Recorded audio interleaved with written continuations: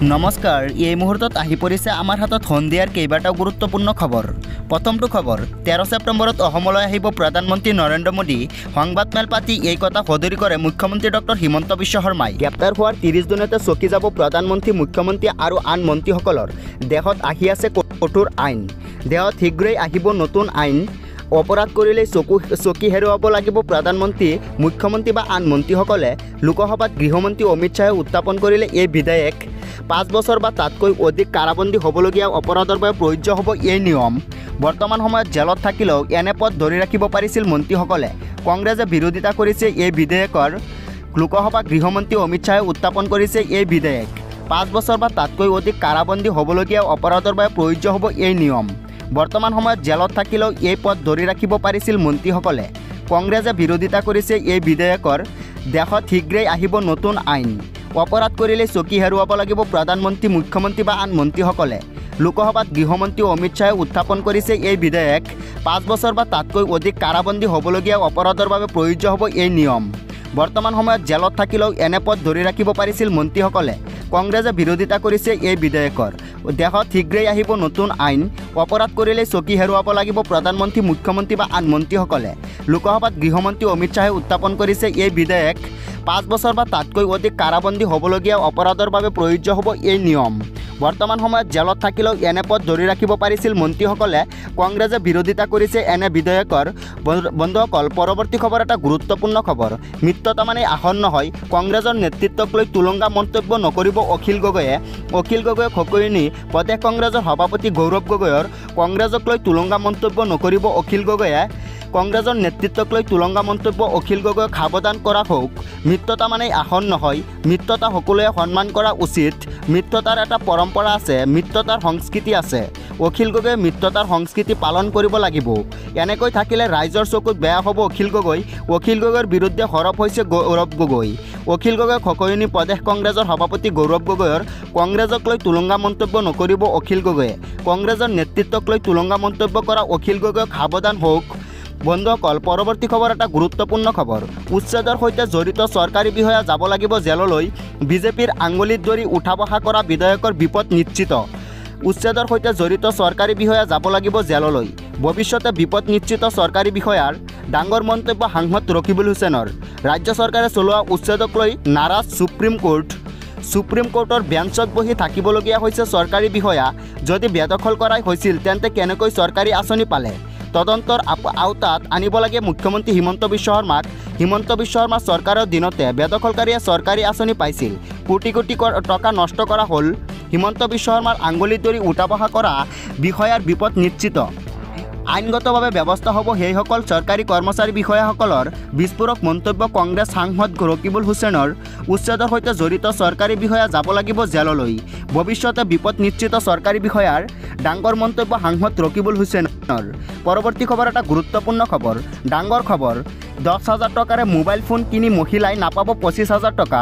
10,000 টকালৈ mobile phone নিকিনিব। 10,000 টকাত আপাতত খৰচ নকৰিব। এখন ঘৰ সদায় স্বামী পত্নীৰ মাজত চলে।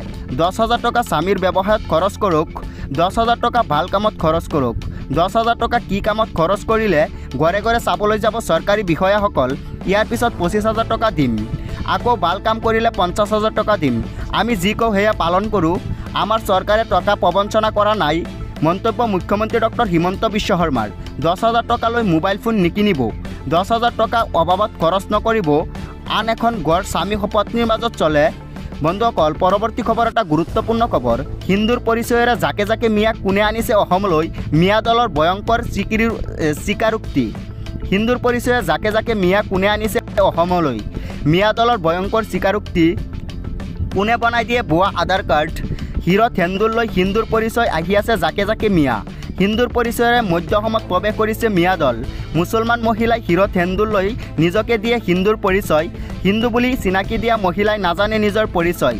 অসমীয়া নাম লৈ উপাধি পৰ্যন্ত ক'ব পৰা নাই সেই সন্দেহজনক মহিলাগৰাকীয়ে। ঘটনাক কেন্দ্ৰ কৰি নিশা কলিয়াবৰত উত্তপ্ত পৰিস্থিতি। সোধ-পোছ কৰাত হিন্দুৰ পৰিচয় দিয়া মহিলাই স্বীকাৰ কৰে মুছলমান হোৱাৰ কথা। আটাইতকৈ আৰক্ষীক গতাই বীৰ লাচিত সেনাই। হিন্দুৰ পৰিচয়েৰে জাকে জাকে মিয়া কোনে আনিছে অসমলৈ? মিয়া দলৰ ভয়ংকৰ স্বীকাৰোক্তি। কোনে বনাই দিয়ে ভুৱা আধাৰ কাৰ্ড? শিৰত সেন্দুৰ লৈ হিন্দুৰ পৰিচয় আহিছে জাকে জাকে মিয়া। বন্ধুসকল, পৰৱৰ্তী খবৰ এটা গুৰুত্বপূৰ্ণ খবৰ। দুৰ্গা পূজাত দুবৰীত দিয়া নিৰ্দেশ মুখ্যমন্ত্ৰীৰ বিফলতা উদাঙ্গাইছে, খিলঞ্জীয়াক দিব পৰা নাই নিৰাপত্তা। দুৰ্গা পূজাত দুবৰীত দিয়া নিৰ্দেশ মুখ্যমন্ত্ৰীৰ বিফলতা উদাঙ্গাইছে, খিলঞ্জীয়াক দিব পৰা নাই নিৰাপত্তা। গৃহ বিভাগে অসমৰ ৰাইজে নিৰাপত্তা দিয়াত ব্যৰ্থ হৈছে, যাৰ বাবে শ্বুট এট ছাইট অৰ্ডাৰ দিছে। মুখ্যমন্ত্ৰীৰ মুখতে যদি এইবোৰ কথা, তেনে সাধাৰণ মানুহে কি ক'ব? এইবোৰ সংঘাত কেন্দ্ৰ কথা। এইবোৰ কথাই মুছলমানৰ মনত দুখ দিয়ে। হিন্দু মুছলমান খ্ৰীষ্টান সকলো এক লৈ শান্তিপূৰ্ণ অসম গঢ়াৰ কথা ভাবিব লাগে। মুখ্যমন্ত্ৰীয়ে অস্ত্ৰ বিতৰণ কৰিছে, আমি কলম বিতৰণ কৰিছোঁ। বন্দুকে কেতিয়াও শান্তি নিদিয়ে। বন্দুকৰ সৈতে কলমৰ যুদ্ধ হ'লে জয়ী হ'ব কলম। সেইবাবে মুছলমানে কলমক আঁকোৱালি লৈছে। কলমৰ জৰিয়তে মুছলমানে আকাশ চুব। জমিয়তক লৈ মন্তব্য নিয়মচুৰে ভাৰতক স্বাধীন কৰিছিল। জমিয়তৰ 2 শতাধিক লোক শ্বহীদ হৈছিল স্বাধীনতা আন্দোলনত। জমিয়তৰ বাবে ইংৰাজৰ পৰা মুক্ত হ'ল ভাৰতবাসী। দুৰ্গা পূজাত দুবৰীত দিয়া নিৰ্দেশ মুখ্যমন্ত্ৰীৰ বিফলতা উদাঙ্গাইছে, খিলঞ্জীয়াক দিব পৰা নাই নিৰাপত্তা। গৃহ বিভাগে অসমৰ ৰাইজক নিৰাপত্তা দিয়াত ব্যৰ্থ হৈছে। পৰৱৰ্তী খবৰ এটা গুৰুত্বপূৰ্ণ খবৰ। আহিব নতুন লোক। NRCত ভাৰত চৰকাৰৰ পৰা NRC আপডেটৰ নেক্সট পাৰ্মিশ্যন লোৱা হ'ব। প্ৰয়োগ হ'ব ভাৰত চৰকাৰৰ উচ্চতম ন্যায়ালয়ৰ অসম চৰকাৰৰ ক্ষমতা। আহিব নতুন লোকত NRC। ভাৰত চৰকাৰৰ পৰা NRCৰ আপডেট নেক্সট পাৰ্মিশ্যন লোৱা হ'ব। প্ৰয়োগ হ'ব ভাৰত চৰকাৰৰ উচ্চতম ন্যায়ালয় প্ৰথম চৰকাৰৰ ক্ষমতা। NRCখন নতুনকৈ বনাই ছেকেণ্ড লুক দিয়া হ'ব। NRCখনে অসমীয়া মানুহক ঠগাই গুচি গ'ল। নতুনকৈ পোহৰলৈ আহিছে NRC কেলেংকাৰীৰ বহু কথা।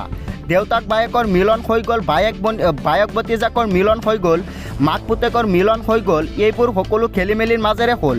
৭১ৰ পিছত অহা মানুহে অন্যান্য মানুহৰ নামত ভৰাই দিছিল NRCত। আমাৰ অফিচাৰবোৰে সন্দেহজনক লোকৰ নাম ভৰাই দিছিল NRCত। অৰিজিনেল ইনহেবিটেড বুলি খেলি মেলি কৰিলে NRCখন।